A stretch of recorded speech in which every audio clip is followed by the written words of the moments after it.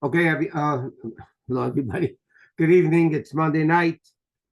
It's another class in Parsha. Again, just remember Wednesday and Mitzvah will not be a class. Okay, so this week's Parsha is Emor. Emor deals a lot with the laws of Kohanim, about not becoming impure, who they're allowed to marry. It deals a lot about the different holidays, all the Yom Tovim, Pesach, Shavuos, and Sukkot. They're all discussed in this week's Parsha. Mitzvah Sfiras Emor is discussed in this week's Parsha and so on. But the first Rashi says, it says in the Pasuk like this: Vayem Hashem al Moshe, Hashem said to Moshe, Emor ala Kohanim b'nei Aaron, say to the Kohanim, the children of Aaron, V'amarta aleihem, and you should say to them, don't become impure. So the obvious question is, there's a redundancy. It says, Emor ela Kohanim, speak to the Kohanim, the children of Aaron, and tell them they cannot become impure to a dead body.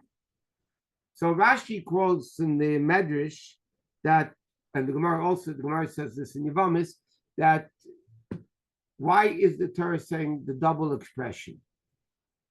So Rashi says, he quotes in the Gemara and from the Medrash, Emor v'amarta, what's the double expression? Say and say.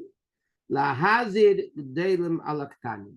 Simply, it means that the adults have an obligation to warn the children about not doing this. Meaning, if a Torah is speaking about a kohen not becoming impure, the kohen parents have an obligation not only that they shouldn't do it, the mothers could, not the male, that their children should also not become tummy to a dead body. Okay, we find twice more in Chumash the same concept that the Gemara says, Lahazir g'dolim alaktani.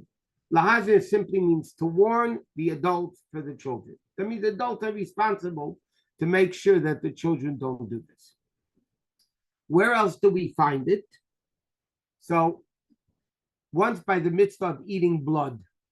When the Torah says you're not allowed to eat blood, the Torah also over there uses an expression that means the adults have to warn the children not to eat blood.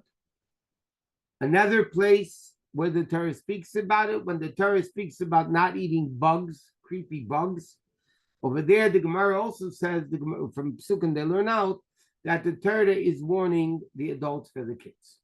Okay? Now, the obvious question is, why did the Torah pick these three mitzvahs? I mean, if you think about it, all the mitzvahs, the adults have an obligation to make sure the kids keep them. Why by these three mitzvahs? One's in our Parsha, about Kohanim not becoming impure. Another one is in the mitzvah of blood, not to eat blood. The adults have to warn the kids. And then you also have in the mitzvah of sheretz, not eating bugs. Why is the Torah choosing these three mitzvahs in particular? So the Rebbe explains a very interesting thing in chinuch, in education. What's the difference between these three mitzvahs? What's unique about them? Blood, bugs, and impurity. Okay? The Gemara says, the Torah says many times in Chumash, Rak chazak leviltiach el adam. You should strengthen yourself, don't eat blood. When it comes to not eating non-kosher meat, the Torah doesn't say chazak, not to eat pig. Why by blood does the Torah use the expression many times in Chumash? Rak chazak leviltiach el adam. You strengthen yourself not to eat blood. Why? So Rashi over there in the Torah, because says very interesting thing. To us it sounds going to be weird, crazy, but in the olden days, Gemara's expression, how you shtufe bedam, they were indulged in eating blood. It was a big thing eating blood. Can you imagine? Today, it's sickening. It's nauseating. But in the olden days, the people were so involved in drinking or eating blood that the Torah has to say, Chazak leviltiach el adam. Strengthen yourself not to eat blood. The people weren't so much into cheeseburgers or pig or chaz or whatever that the Torah has to say, strengthen yourself. But over here, by blood, they were so indulged in drinking or eating blood that the Torah has to warn you. So what does this mean in the lesson of the chinuch? Some people say, and this is including present-day educators, the kids are so much into this stuff, they're so much into whatever it may be. How can we educate them? You can't blame them. It's like the generational thing to be into the phones and into the clothing and into this and into that. How do you expect us to educate them that they shouldn't be doing things that they're indulged in?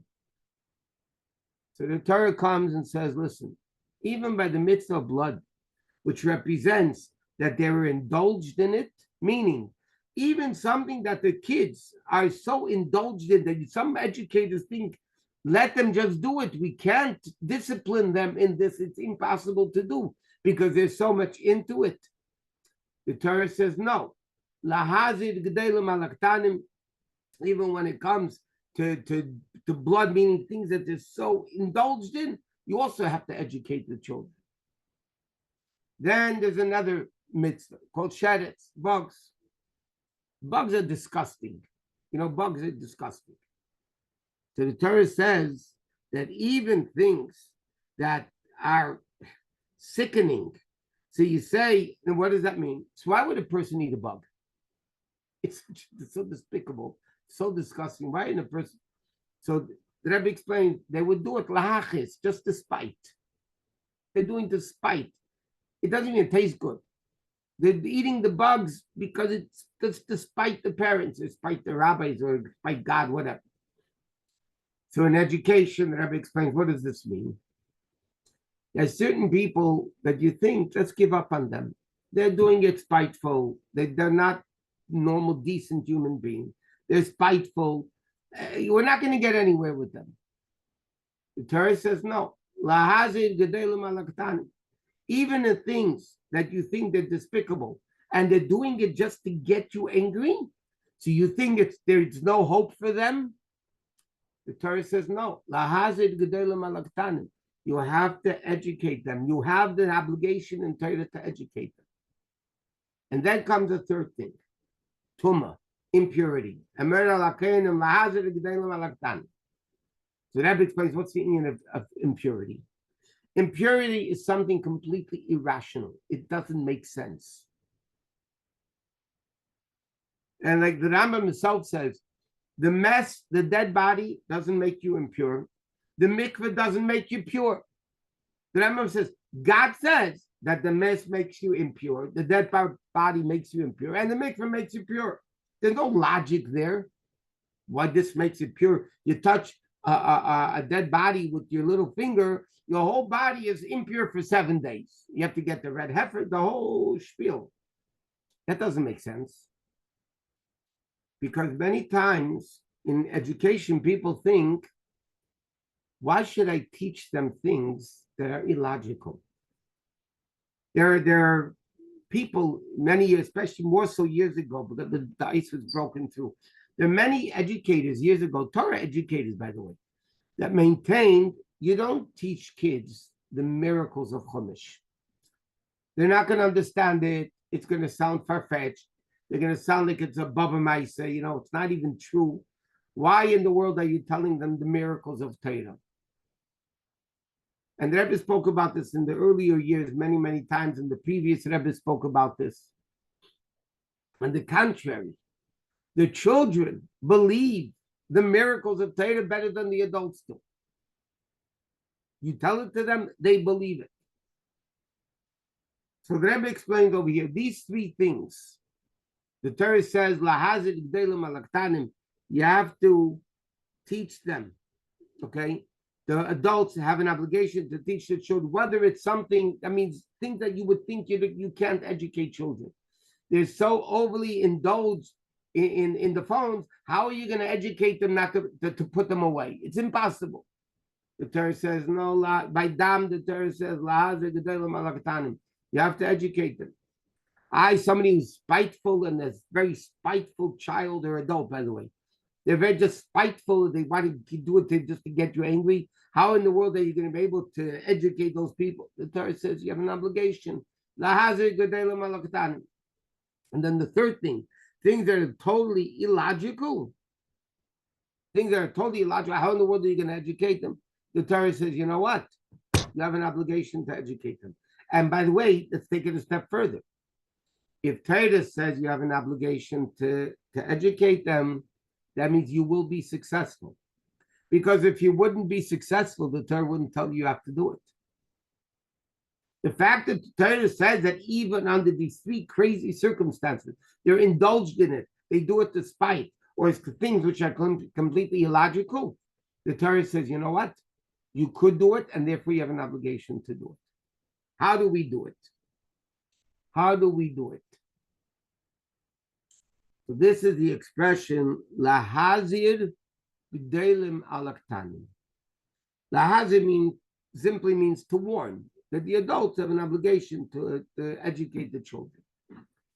But Chassidus explains, lahazir, zohar, means to shine. The Torah says, how are you supposed to educate children? There's only one way, of being a shining, living example of what Judaism is all about. If you're going to preach one thing and not be a living example for it, you're wasting your time. If you're going to teach your kids to lie and you're going to lie, your whole preaching is worthless. What the Torah is teaching us, what is the ultimate way of educating children, is lahazir g'dalim alaktanim. The g'dalim have to shine in their Yiddishkeit. When children see that Shabbos is special by the parents, precious by the parents, that the parents love Shabbos, and as I mentioned many times, after World War II, Jews came to America, the refugees, they needed a job. They came empty-handed. They were basically with the shirt off their back. That's basically what they had. The shirt on the back was the only thing they had. And it was very hard to find a job to be Shomer Shabbos. And many times it came Friday afternoon, the guy said, I'm sorry, I'm not coming in tomorrow. The boss said to him, don't come back next week. And next week they found a different job. But there were two approaches. One approach was Friday night at the table, the father was saying, ugh, look what's happening because of Shabbos. Because of Shabbos, I don't have a job. Another parent said, Kinderlach, children, look at this. Baruch Hashem, we live in a country where we could keep Shabbos properly. There's two attitudes. Factually speaking, I heard this from a lot of people and I saw it myself.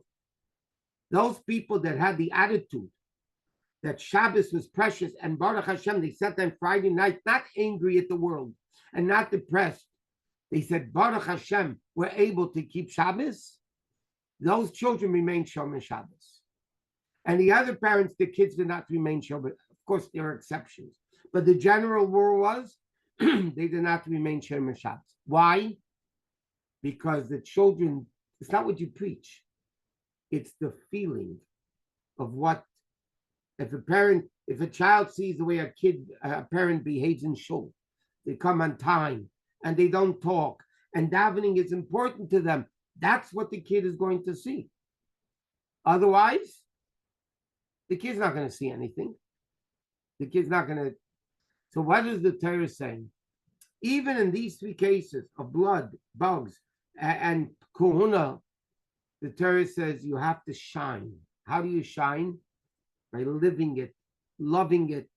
You know, you love it, you live it, and you learn it, you love it, you live it.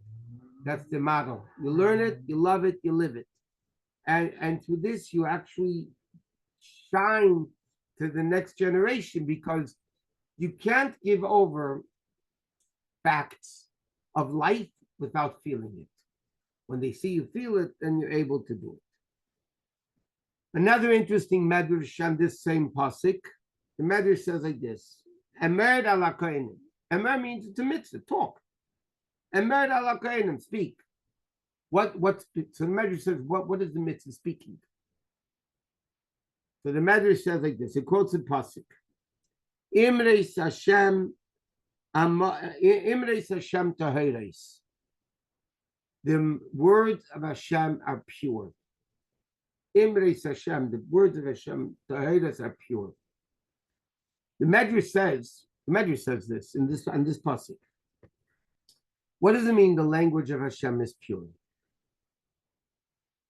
When Torah speaks, it's clean, it's proper, it's refined language. Many times the Gemara learns that instead of saying impure, the Torah will say which is not pure. And the Gemara says in Psachim, Ikam Akosid Yud Aleph Aces. There are certain times the Torah writes an extra 11 letters, even though every letter in Torah is exact. But the Torah will go out of its way to write, instead of writing Tameh, which is 3 letters, impure, the Torah writes, which is not pure. Asher Einan Tahira. It's a lot more letters. Why? Because the Torah teaches us we need to speak clean. The Rambam says, what is the Talmud Chacham? Who always speaks good about people. He always finds the good of people. Why is that so important? Why is it so important to speak nicely to people? Who cares? I mean, really, yet the Medrash says it's a commandment. Emor, it's the name of a Parsha. Emor, you have to speak. What do you speak? The words of Hashem, which are pure. What does this mean? So we're going to take it first in the negative side and then bring it out into the positive side. The Gemara says in Erchin that Lashon Hara, Lishna Bisha as it's called, kills 3 people. When somebody speaks Lashon Hara, it kills 3 people. It kills the talker, it kills the listener, and it kills the person they're talking about. Not physically killing, they drop dead. It hurts them. The talker, the listener, and the one they're speaking about. So Rabbi Yosef asks in the Gemara a question. I understand the talker is speaking Lashon Hara. I understand the listener, because no listener, there's no talker. I mean, you can't go into an empty room and talk Lashon Hara. I mean, there has to be a listener. So I understand the talker is to blame, the listener is to blame. But Nebuch, the poor guy they're talking about, why should that person get hurt from somebody speaking Lashon Hara? So Rabbi Yosef explains, and Chassidus elaborates on this. Words are extremely powerful. Words are very, very powerful. The extent in Hayom Yom, the Rebbe brings down that in Mezhebush in the time of the Baal Shem Tov, the Baal Shem Tov heard the way one person told his friend, he got angry at him and said, I'm going to rip you apart like a fish. And the Baal Shem Tov showed his students a vision that the guy actually ripped them apart like a fish. There is a powerful language. The Gemara says that verbal abuse, science therapists finally woke up to this. But the Gemara talks about this. Shulchan Aruch talks about this. The Rambam talks about this. Verbal abuse is more harmful than physical abuse. Verbal abuse is very deep. Words are very powerful. When you speak bad about somebody, what is the concept of speech? We learned in Chassidus, we learned in very different places. Speech, what is a speech by a person? I have an idea, I have a feeling, an emotion. You don't know it, it's not revealed. Sometimes it's not even revealed to me also, because I'm doing something else. So how do I reveal it to myself? I think it. I think the intellectual concept, I think the person I love or hate or whatever, it's revealing itself to me. Speech already brings it out into the world. Like the famous expression, before you speak, you control your words. After you speak, the words control you. Words are very powerful. When you speak bad about somebody, God forbid, You are actually bringing out the bad of that person out into the open. The person that might have bad, but is dormanted. It's quiet. It's not revealed. When you speak about somebody, even though they don't even know about it, but you just revealed it into the world, speech is a powerful tool of revealing hidden things. So therefore, when somebody speaks Lashon Hara, they actually hurt the person that they're talking about, even though the guy doesn't even know it. But they bring out into the world that level of bad. Because Lashon Hara, by the way, doesn't mean it's a lie. Lashon Hara, it's true, but it's bad. You're not allowed to say it. If it's a lie, it's another Aveira called Motzi Shemra, when you take out something which is not even true. But Lashon Hara is when it's true, and yet you're bringing it out. That's why it hurts the third person. So the Rebbe explains the same thing is in good. When I speak good about a person, even not in their presence, it reveals the good that might have been hidden. Now that good becomes revealed. And that's why the Torah says, Emor, speak. What is the mitzvah? By speaking good about people, even to the person, to give him a nice encouragement, give him a compliment if it's going to make him do things better.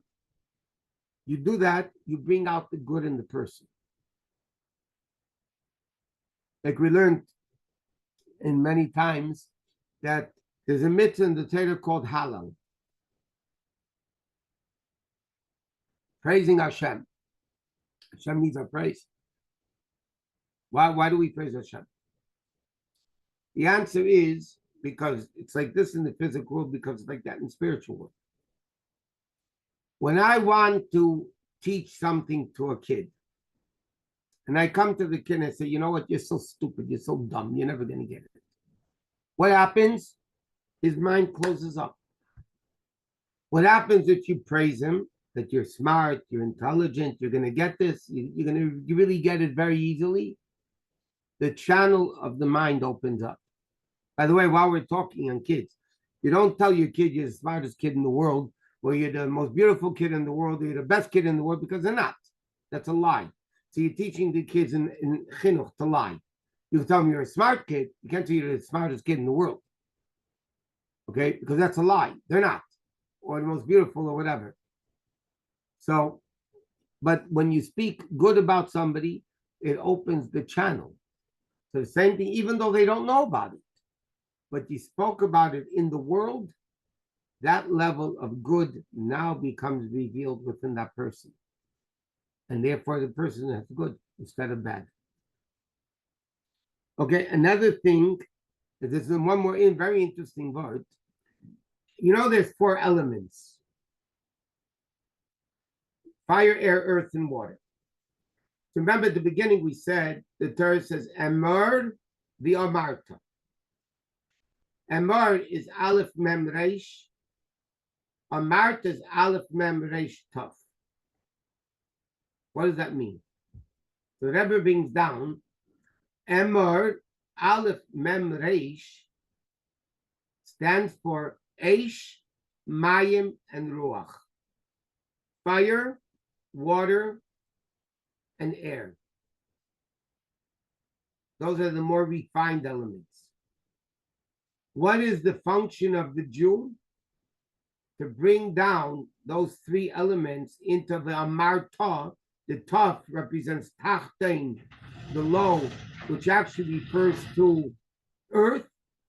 So Emor is to bring in the fire, air, and earth, and fire, water, and air, which represents all Kedusha things, to bring it down into the top, into the Tachtein, into the lowest of all worlds. That's the function and the role of a Jew. Emor v'amar. Okay, let's move on. Next in the Parsha, it talks about Sfiras HaOmer. Okay, and it's interesting, in middle of the Yom Tovim, in middle of the holidays, the Torah Haksarain Between the holidays. What is it? Why does the Torah speak about Usfarta Mochas Shabbos? What is this? The day after Shabbos, Sfiras Ha'emer.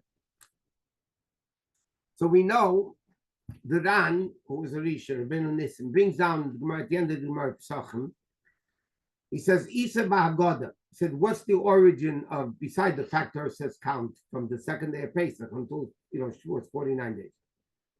But he says like this, when the Jews left Egypt, and they were Isa Ba'agoda, he says in the Medrash, when the Jews, when they left Egypt, were told, 49 days later, you're going to get the Torah. They got so excited, they started counting the days. Mamish counting the days. 1 day, 2 days, 3 days. And as you can imagine, it wasn't Stam counting it. Okay, day 1, day 2, day 3. It wasn't like that. What is it? It's refining, another refinement, getting closer to Matan Torah. So Sfiras Ha'emer is a preparation for receiving the Torah. What's very interesting, it's really interesting, all the flour offerings in the Torah had to come from wheat. All the flour offerings had to come from wheat. 2 exceptions.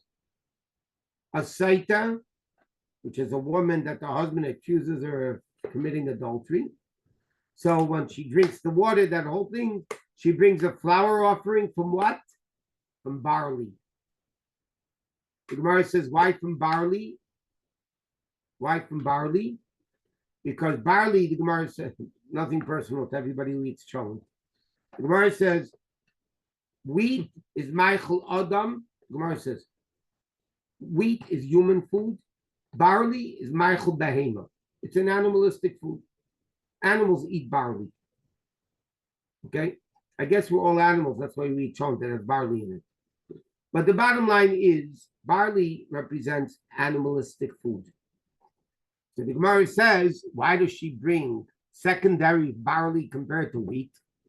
So it says, because she acted like an animal by committing adultery, so therefore let her bring a korban, a flour, which is bang. Okay, that's fine. Why by korban omer? When they brought the omer, the korban, the second day as a preparation for 7 weeks to Matan Torah, why did the Torah want that you should bring animal food in the counting of the omer, in the korban that they brought initially? So Chassidus explains as follows. Pesach time, Hashem revealed himself to the Jewish people. He took them out of Mitzrayim. The Jews were on a very, very lofty level. They just had Kriyas Yamsuf. They saw the splitting of the sea. They saw miracles galore. The Jews were on a very lofty level. But you know something? That's good for the Nefesh Olekis, for the Neshama. For the godly soul, that's good. What's with the animal soul? The Torah was given to the animal soul too. The animal soul is what dictates our body. The animal soul is what gives us life. So the animal soul also has to prepare itself for Matan Torah. So therefore, Chassidus explains, Alter Rebbe explains in Likutei Torah, that what is the purpose of korban omer from barley? Because the preparation primarily of Sfiras Ha'emer is not for the godly soul. The godly soul had its great revelation on Pesach. This is to refine the animal soul, that the animal soul itself should get ready for Matan Torah. So what is this connected to Sfiras Ha'emer? Sfira, that's what you said before, lahazir means to shine. When the Torah says usfartem lachem, it means literally to count. Usfartem means to count. Al Sfiras Ha'emer means to count. But the word Sfira, Chassidus explains, also comes from the word sapir, sapphire. You know why a sapphire stone is called in Hebrew and Torah? It's called sapir, one of the stones on the breastplate. Why was it called sapir? Because it comes from the word sapir. Hashemayim misaprim kvod kel. The heavens reveal the glory of God. Sapir doesn't only mean to tell, but like we explained before by Lashon Hara, when you talk, you're revealing it. Usfartem lachem, the Torah says, what is the preparation for Matan Torah? To shine the revelation of Pesach, the revelation of godliness, to shine it even into the animal soul, even into the flour offering of barley. Because the whole Sfira Sa'im, again, is to refine the animal soul. The godly soul doesn't need refinement. It's a part of Hashem. The animal soul needs to be refined, and that's what Sfira Sa'im is all about. Now, so how do we do this? How do we shine in counting the Omer? What is the purpose of counting something? Why does it? We know the Gemara says a person is always counting the money, always counting. Therefore, the Gemara says if a guy loses money, we can know, and then a few minutes later that he realized he lost it, because a person is always counting his money, feeling his money, feeling the pocket where the money is. Something precious, count. The kid, ask a kid that's 11 years old, how many more days to your bar mitzvah or bas mitzvah, they'll tell you. And they probably will tell you the hours too. How many hours left until the bar bas mitzvah? Why? Because they're very excited about it. It's precious to them. Why do people count money? Because money is precious. You count it. Why does Hashem always count the Jews? Rashi says because he loves the Jews so much, he keeps counting them. Because something you love, you count. What is the uniqueness of counting? What does counting do? The Gemara says in Sadin and Shulchan Aruch, Davar shebeminyan loy batel. Something which is counted never becomes nullified. Why? Because by counting it, it becomes important. If it's important, then it's never nullified. Nullification means it's not that important, it becomes nullified in something greater than it. But if it's counted and it's precious, then it's not bottled. It never becomes nullified. What is the mitzvah of Sfira Sa'im? It's a very interesting mitzvah. It's one of the few mitzvahs. What is the mitzvah? Counting time. That's the whole mitzvah. You don't do anything else. You count time. What does it mean, counting time? Counting time, number one, means that time is precious. Counting time means it's so important that you don't waste it. Something which is important, you don't waste. Like we said many times, in America, the expression is time is money. In Torah, time is life, because that's all life is. The amount of time we have, that's it. What is the mitzvah? Counting the 7 days. What? 7 weeks. 7 days says 7 weeks. So what does it mean now, counting the Omer, which is another interesting thing. The Rebbe learns, it's a very big chiddush of the Rebbe, in the laws of Sfira Sa'omer, it's not a public counting. It's every Jew is an individual counting. I'll explain what this means. Shabbos is not up to me counting 7 days. The 7th day is Shabbos, whether I count it or not. The 7th year is Shemitah, the sabbatical year, whether I count it or not. It's a counting of Beis Din. It's not up to the individual to say, okay, I'm going to start the 7th sabbatical years from here. So 7 years, it's worthless. All countings in Yiddishkeit, generally speaking, are done by Beis Din. There's a few exceptions to it. But the one I'm talking about now is Sfira Sa'omer.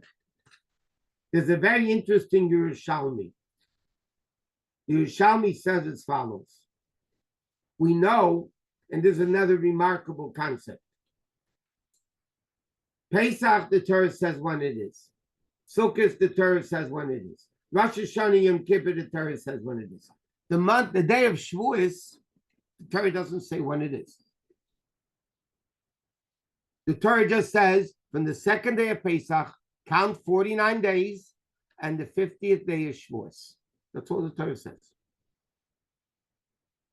And don't forget, in Israel, Shavuos is 1 day. In the time of the Beis Hamikdash, Shavuos was 1 day. Right? Now, the way our calendar is set up, that Nisan has 30 days and Iyar has 29 days, so the 50th day ends up to be the 6th of Sivan. The Gemara said, the Yerushalmi says, though, what would be if at the time of the Beis Hamikdash, before calendars, Nisan had 30 days and Iyar had 30 days? Then Shavuos would be on the 5th of Sivan. If both had 29 days, then it would be on the 7th of Sivan. So the Gemara says, Yerushalmi says, Pa'amim b'chamisha, pa'amim b'shisha, pa'amim b'shiva. Shavuos sometimes is the 6th, 5th, 6th, or 7th. Again, the way our calendar is set up, it's always on the 6th of Sivan. But what's unique, the Torah does not connect Shavuos to Matan Torah. The Yom Tov Shavuos biblically, the Torah says, start counting 49 days from the second day of Pesach, and the 50th day is Atzeres. It's a Yom Tov. The Torah doesn't say anywhere in Chumash what day the Torah was given. And there's no holiday in Torah for the giving of Torah. We, in our generations, it happens to be that it's on the 6th day of Sivan. And the Gemara says, even though in the Gemara there's an argument, according to Rabbi Yosef, the Torah was given on the 7th of Sivan. According to the Chachamim, it was given on the 6th of Sivan. Okay? So according to this, there's a very interesting halacha. If Shavuos would be on the 5th day of Sivan, they would not say in the davening Zman Matan Torah Seinu, because it wasn't. If Shavuos would be on the 7th, 1 day, remember, they would not say Zman Matan Torah Seinu, because it wasn't. Matan Torah is on the 6th. So again, according to our calendar, Shavuos happens to be the same day that Hashem gave the Torah. So therefore, in davening we say Zman Matan Torah Seinu. In Kiddush we say Zman Matan Torah Seinu. We eat cheesecake. We stay up. That's all their stuff. But what is that? Because that's the way our calendar is set up. It doesn't have to be that way. And the Rebbe learns that Svira, counting the Omer, is an individual count, which means, according to the Rebbe, I'll explain in a second what this means. According to the Rebbe, if you fly over the international date line, so one way you gain a day, one way you lose a day. So then if you lose a day, so you're behind everybody else. I'm sorry, you're ahead of everybody else. If you gain a day, then you're ahead of everybody else. If you lose a day, you're behind everybody else. Because Sfira is nothing to, like Shabbos. If you go from here to Australia and you miss a Tuesday, Shabbos is Shabbos. You don't keep another day Shabbos, because Shabbos is not your personal counting. It's Bezdin counts. Bezdin says this is the day of Shabbos. Nothing to do with you. Sfira Sa'imer, though, the Rebbe says, has to do with you. Therefore, interestingly, the Rebbe writes clearly that a person should not go one way over the international date line during Sfira. Why?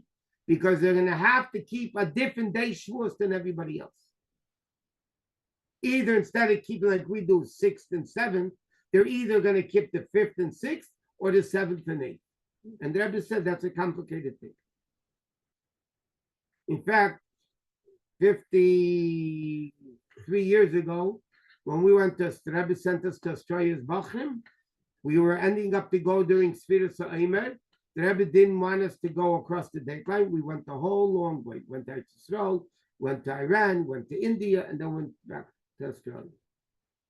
Because why am I bringing this out? Sfiras Ha'emer is a personal counting. And I could be a day different than anybody else. And it doesn't matter. I don't go with everybody else. I do what I do. So the Rebbe explains, and this is Okay, he counts the wrong Omer, so he missed the day. Okay, I'm not getting into the walls of Sfiras Omer. I'm bringing out a point. And that is as follows. Many people have a problem with Judaism. What's the problem? There's no individuality in Judaism. You know, we all put on the same tefillin, we all bench the same Shabbos candle, we do the same davening, we do the same Pesach, we eat the same matzah, the same lulav. Where do you find individuality in Judaism? And this was a big thing, by the way, in the 60s, when all the revolution of the 60s was when they were trying to find individuality, being an individual. And then it was today, people don't care about anything. But in those days, people said, where's the individuality? I want to be an individual in my relationship with God. I mean, I have to put on tefillin like everybody else does. Where's me involved? And here you see example of a fundamental aspect in Yiddishkeit of counting the Omer, making a day count. It's an individual counting, which means as follows, in the broader spectrum of things. Yes, we both put on the same tefillin, but I don't put it on like you put it on, and you don't put it on like me. Two women light Shabbos candles. You're lighting the same candles, okay? But the way she lights it is not the way she lights it, and the way she lights it is not the way she lights it. It's different.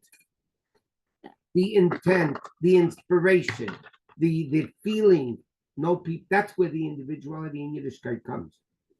In counting time, making time important, in making it in a way that time matters, that every single Jew is counting their own time, meaning each one of us make our aspects in Yiddishkeit personal, individuality. We make it personal. And therefore, the whole concept of Sfiras Omer, like we said, there's a few aspects to it. Number one, it's the preparation for the animal soul, the barley, to get ready for Matan Torah.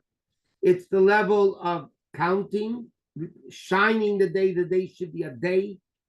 In fact, Rabbi Chodakov used to say this many times, the Rebbe's personal secretary. The Rebbe wrote the famous Sefer Hayom Yom. Okay, when davening we say Hayom Yom Rishon, Hayom Yom Sheni, and so on. What did it mean? He used to say, why was it called Hayom Yom? He said, well, the Rebbe wanted that Hayom today should be a Yom. It should be a day. It should be a day of revelation. Yom means to shine. Day, it's not night. Hayom, Yom, the day, today has to be a day that's counted, a day that's meaningful, a day that's accomplished. And like we said many times, Siddim, before they would go to sleep at night, they would go like this, and they would say in Yiddish, Morgen wird sein Gott anders. Tomorrow is going to be much different. Because that's the concept of Sfiras Omer, which is in this week's Parsha. Okay? Now, another interesting thing about Sfiras Omer is as follows. The Torah says in this week's Parsha, Uzfartem lochem emerchas Shabbos. Okay, count 7 weeks, and then the Torah says Tisperu chamishim yom. Count 50 days. Now everybody knows that we only count 49 days. But you have this many times, by the way, like by lashes, the Torah says Arboim yakenu, hit him 40 times, and the Gemara says it only means 39. The Torah says count 50 days. We only count in 49 days. We know 49 days we count. But why does the Torah say Tisperu chamishim yom? Why is the Torah? Yeah, okay, it means 49. But if it means 49, don't say 50. What do you mean Tisperu chamishim yom? So Chassidus explains like this. There's a Gemara in Rosh Hashanah that says Chamishim Shari Bina Nitna Ba'il. There's 50 levels of Bina, of understanding godliness in the world. Kulam Nitna Lamesha Chasirachas. All of them were given to Moshe -1. Like the pasuk said, "Vatachasreu ma'at melukim." He was missing a little bit from God. So the Gemara says, Moshe Rabbeinu reached the 49th level. That's all a person could reach. When Moshe Rabbeinu passed away, the Gemara says, then he reached the 50th level. As a living person, no matter how great you are, you can only reach 49 levels. When Moshe Rabbeinu passed away, he reached the 50th. And the Mizritcha Maggid says, that's why he was buried in Har Nevo. Nevo is Nun Bo. The 50th level was in it. When Moshe Rabbeinu passed away, he reached the 50th level. The Torah is saying here something remarkable. Chassidus explains. Like we said before, what is Sfira Sa'iner? Every day, the 7 weeks is the 7 midas, the 7 midas, and the 7 weeks where each one is composed of each other. Like we know, first there's Chesed Sheba Chesed, then Gvura Sheba Chesed, and whatever they are. Tonight's Malchus Sheba Teferes, whatever they are. This is 49 levels of a Jew, like the Ran says, preparing themselves for Matan Torah. They're preparing themselves for Matan Torah. The Torah tells us when you count 49, which is all you could do, you're going to get a gift of the 50th level. And the Torah says, Tispiru, by you counting, Chamishim Yom, you're going to get the gift. What happened on the 50th day? Hashem gave us the Torah, the revelation from above. The essence of Hashem was revealed in Torah. How do we get that level that we normally can't reach? It's impossible. The Gemara says you can even Moshe Rabbeinu reach 49. How do we reach 50? So the Torah says, Tispiru Chamishim Yom. When you, Dr. Rebbe says this in Kutei Torah, when you count 49 days, not count, you count, When you count 49 days, every day is a day, every day is counted, every day is illuminated, every day is shining, and you accomplish. So then, Tispiru Chamishim Yom, Hashem says you're going to get the 50th level. Tispiru is going to shine to you. Tispiru, shining. Chamishim Yom, the 50th day. That's the Gilui of Matan Torah. And that's what the Jew accomplishes. When they count the Omer, that's exactly what they accomplish. Okay. One more thing. It says in this week's Parsha at the beginning, a Kohen cannot become impure. So the Gemara tells a story. In Apikaitis, a guy once asked Rabbi Akiva, I think it was, who he says, if your God is obviously a Kohen, holy, how did he bury Moshe Rabbeinu? The Gemara says Hashem buried Moshe Rabbeinu. So the question they asked him, if your God is a Kohen and God keeps the Torah, how did he bury Moshe Rabbeinu? Okay, so the answer is because Banim Atam Lashem Elokechem, you are God's children, and the Torah says one of the 7 people a Kohen could impurify him for is a child. Like it says, Mamish at the beginning of the Parsha.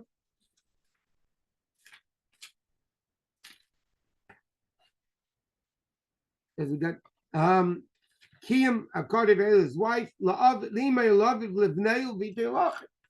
the answer is, how did Hashem bury Moshe Rabbeinu if he's a Kohen? The answer is because the Jews are children of Hashem, and a Kohen becomes Talmid Hashem. So the obvious question is, God is not a regular Kohen. God is a Kohen Gadol. And the din is a Kohen Gadol, the high priest, cannot become impurified even for children, for nobody. So now the question is back, how did God bury Moshe Rabbeinu? If he's a Kohen Gadol, he's not allowed to become Tamei even for Moshe Rabbeinu. The same thing is asked in a different way.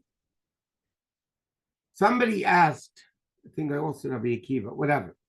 He said, if your God keeps Torah, that means he keeps Shabbos. So we know on Shabbos, you're not allowed to water your lawn. Okay? So he asked him, how does God make it rain on Shabbos? He's watering the lawn. He says, we know one of the Lamites Malachas, you're not allowed to shchita, you're not allowed to kill something. How come God makes people die on Shabbos? And he went through a whole bunch of things that if God keeps Torah that he says he does, how in the world does he do all these things? So the answer that he gave him was, by God, everything is a private domain. Everything's a private domain. And therefore, it's not an issue. But that's not an answer.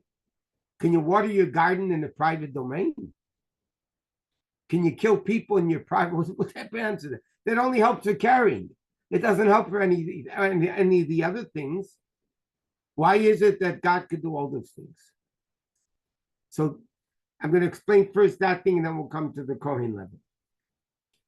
What it means is like this. What's the purpose of Shabbos? The purpose of Shabbos is that God made the world in 7 days. The world is God's. What is the purpose of keeping Shabbos? We want to show that on Shabbos, we're connecting to the infinite level of God. We're showing that the world is God's domain. That's the purpose of Shabbos. To make everything godly, to show that the world is only God, it's holier than world. By God, that whole concept doesn't exist of Malacha. Because by Hashem, everything is godly. The whole purpose of Shabbos is to make everything holy, to make everything godly. By God, everything's godly already. So the whole concept of Shabbos doesn't exist. The Rebbe explains the same way with purity and impurity. Purity and impurity can only exist in the realm of humanity. In a world, you have purity and impurity. That's it. In the realm of ultimate godliness, there is no concept of purity or impurity because everything is God and God is total purity.